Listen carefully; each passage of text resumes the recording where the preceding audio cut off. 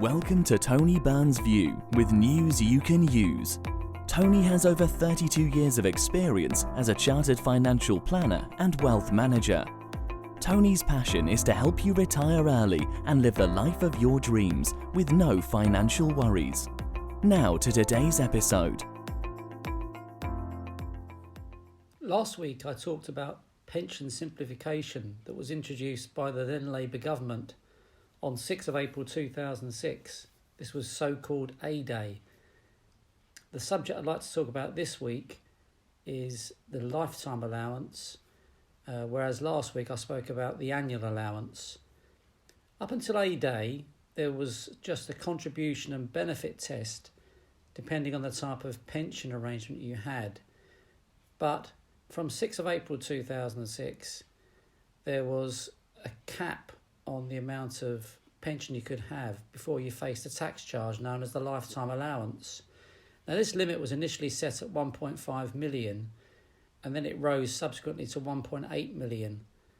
Now, although it was introduced by a Labour government, subsequent Conservative governments have gradually reduced this lifetime allowance limit down to as little as £1 million a few years ago. The limit has now increased over the last few years. The annual and lifetime allowance was introduced by Labour supposedly to stop the so-called fat cat bankers from the time benefiting from bumper pension contributions by their employers. However, these days, the majority of the people that are affected by these tax charges are really just ordinary people. I should know because I advise them regularly. They're just people that have worked hard, saved hard, are now being hit by unexpected tax bills. Why there needs to be any limit on both the contributions you pay into your pension and the size of your pension fund is beyond me. Surely there should only be one limit, the limit being either how much you pay into the pension scheme or how much you've accumulated, because either limitation will normally reduce how much you have in your pension anyway. It seems to me that it's just a case of the government wanting to line their own pockets by catching people out with stealth taxes, which they just are unfortunately not aware of. Now, the lifetime allowance has crept up from £1 million, as I said, a few years ago, to £1,073,100. Why such an odd amount? Well, it's because the figure is increased annually by inflation at the end of each year, which is why the last 3 years it's produced a very uneven figure. So when do you have to pay this tax? Well, it's not as straightforward as it could be, because really, for a start, you're only going to pay the tax when you draw benefits out of your pension, when your pensions are valued at more than the lifetime allowance, i.e. the amount of pensions on which you draw the benefits is above the lifetime allowance, as opposed to all your pensions being above the lifetime allowance. Let me explain what I mean with an example. A client of ours, let's call him Richard, has got a number of preserved final salary pensions and money purchase pensions. The total value of these pensions is 1.35 million. He's 64, married, and has 4 adult children. So although his pensions are worth more than the lifetime allowance, he's not yet subject to the tax charge. Why is that? Because he hasn't started drawing benefits from any of them yet. Now, the lifetime allowance tax charge is based on the excess value of the pension benefits above this figure of £1,073,100. And the rate of tax you pay on it is 55% on lump sums. Yes, you heard that right, 55%, and an extra 25% on top of on your income, on top of any tax you're already paying on that pension income. So when does the tax apply? As I said earlier, it's based on when you draw the benefits and the value of the pension at that time. These incidents are called benefit crystallisation events, or BCEs for short. Now, the tax charge will apply on the incidence of any one or more of the 13 benefit crystallisation events. Yes, you read that right. You heard that right, rather. 13 of them. Absolutely mad, don't you think? Now, Richard intends to start taking his 3 final salary pensions when he gets to age 65. The combined value of them for lifetime allowance purposes is £950,000, and his 3 money purchase pensions combined have a total value of £500,000. So combined value 1.45 million. So when he starts to draw his final salary pensions next year, he won't trigger the lifetime allowance tax charge, because even though it's a benefit crystallisation event, the total value of his final salary pensions, remember, £950,000, is less than the lifetime allowance of £1,073,100. Bearing in mind he does have this other £500,000 of personal pensions which he hasn't touched yet. So he hasn't yet triggered a benefit crystallisation event for those pensions. He doesn't have any plans to draw benefits from his money purchase pensions for the foreseeable future. Does that mean he will avoid the lifetime allowance tax charge for the rest of his life? Well, unfortunately not.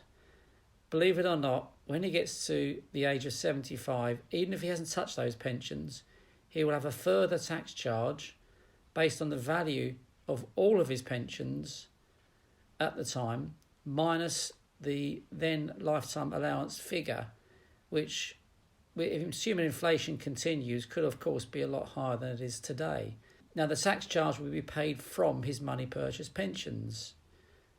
Now, to me, this sounds like age discrimination. Why should you pay tax simply for the fact you've had a birthday at age 75? It doesn't make any sense. I don't understand why it hasn't yet been legally challenged by pension holders. Because Richard's got both final salary and money purchase pension, the question arises over which of his pensions suffer the lifetime allowance tax charge. Well, it all depends. Basically, the potential tax charge is reassessed at every stage whenever pension benefits are taken. So because he's taking his final salary pensions first, there'll be no lifetime allowance tax charge because, as I said earlier, the combined value of those is less than the lifetime allowance limit. So the tax charge will fall on to his money purchase pensions at age 75, as I mentioned earlier, if he doesn't touch them earlier. Because if he does draw benefits from them before age 75, he will have triggered one of these 13 benefit crystallisation events, and therefore have to pay, his pension will then suffer the tax charge then. Now, if he was to have taken his money purchase pensions first, then the tax charge would have fallen on his final salary pensions, because the combined benefit of his personal pensions is $500,000. They wouldn't have triggered the lifetime allowance. Now, how would the defined benefit pension scheme administrators take the tax charge out of a final salary pension, bearing in mind there's technically no pot really to take the money from, because let's face it, he's had his tax-free lump sum, he's drawing his pensions, there's no pot of money, unlike a personal pension, to take the money from. Well, the actuaries of the pension scheme in this example, they would calculate a reduced final salary pension for Richard for the rest of his life, and therefore, based on his life expectancy, and therefore take the tax back in that way, as opposed to making a one-off single lump sum deduction from his personal pension.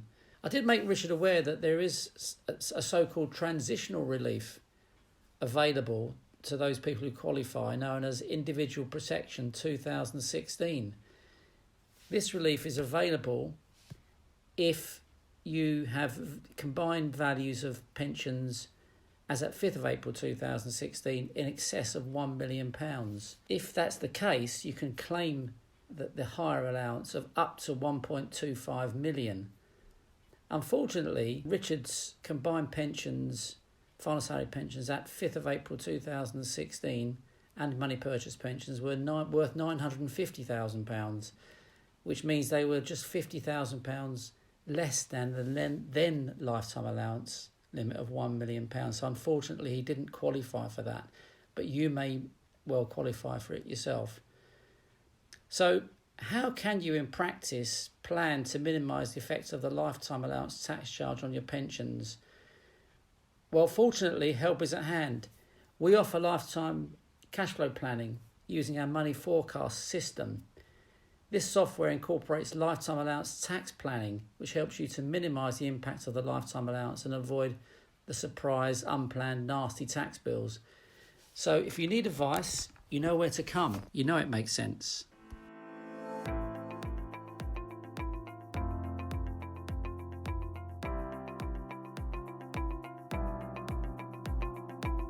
Thank you for listening to today's episode. If you enjoyed it, don't forget to share it with your friends and family. For more information, head to www.wealthandtax.co.uk.